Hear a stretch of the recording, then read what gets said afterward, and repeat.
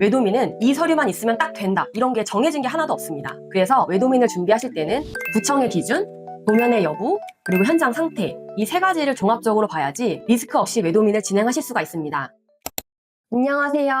똑부러지는 건축 언니입니다. 오늘은 지난 외도민 영상에 이어서 특례에서 외도민으로 전환할 때 가장 막히는 부분, 구청별로 외도민 준비 서류가 왜 이렇게 다른지 정리를 해드리려고 합니다. 이 영상만 끝까지 보셔도 외도민 준비 서류 한 큐에 해결되실 수 있을 겁니다. 외도민 준비할 때 모든 구청에서 같은 서류를 요구하나요? 정답은 아닙니다. 어떤 구는 구조안전 확인서라든지 건축사 의견서로 가능한 구가 있고요. 또 어떤 구 같은 경우는 현장 점검을 통해서 안전점검 보고서를 제출하라는 구도 있습니다. 또 일부 구는 50년 이상 지난 건물에 대해서 안전 진단을 해야 되는 곳도 있어요. 즉, 외도민은 이 서류만 있으면 딱 된다, 이런 게 정해진 게 하나도 없습니다. 그래서 외도민을 준비하실 때는 우리 구에서 정확하게 어떤 것을 요구하는지 체크를 하셔야 합니다. 그래서 상담을 하다 보면 굉장히 비슷한 조건의 건물인데 A구는 통과가 되기도 하고 B구는 통과가 안 되는 경우도 있어요. 굉장히 이상하죠? 그럼 30년 이상 된 건물은 무조건 안전진단을 해야 하나요? 이 질문 지난 영상에서도 다뤘었는데요. 결론부터 말하면 무조건은 절대 아닙니다. 30년 넘었다고 해서 안전진단을 받아야 되는 것은 절대 아닙니다.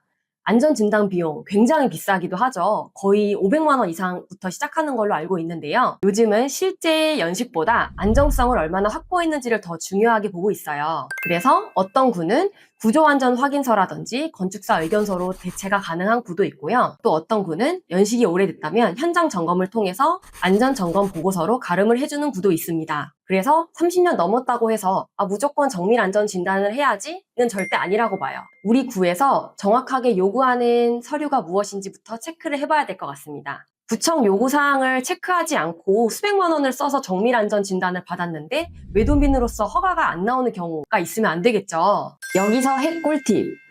우리 구조안전 확인서랑 건축사 의견서에서 꼭 들어가야 되는 문구가 있어요. 설계사무소랑 계약을 하셨는데 구조안전 확인서나 건축사 의견서를 받았는데 이 문구가 없다면 의심을 한번 해보셔야 됩니다.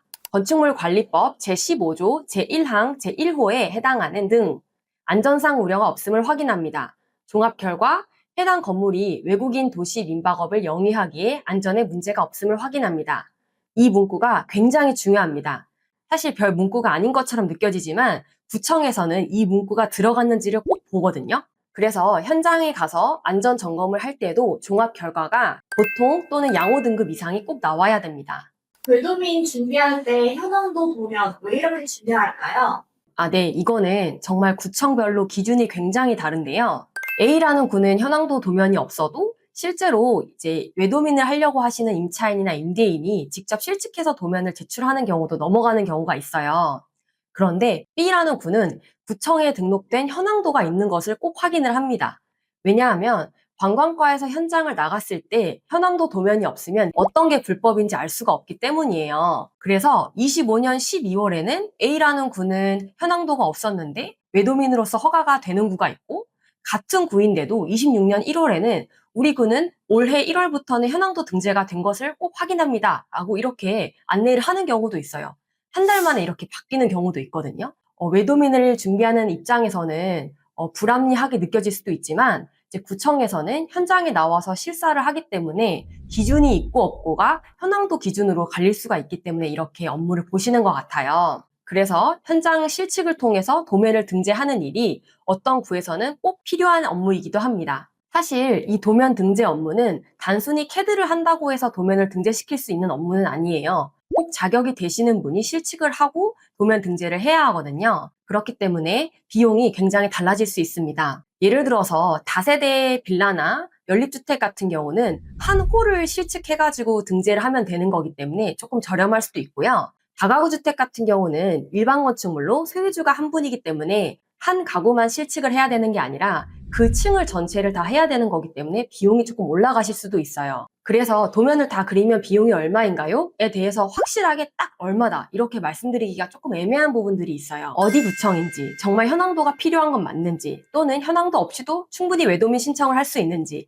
이런 것들을 사전에 꼭 설계사무소랑 협의를 해보시고 외도민 해보시는 것을 추천드려요. 왜냐면 비용이 굉장히 많이 달라지기 때문이죠. 그럼 대장상 가구수랑 실제 현장 가구수가 안 맞으면 어떻게 해야 하나요? 네, 이 부분 저도 사실 굉장히 많이 고민이 되는 부분인데요. 대장상 가구 수랑 현장이 안 맞는 거, 이게 굉장히 많거든요.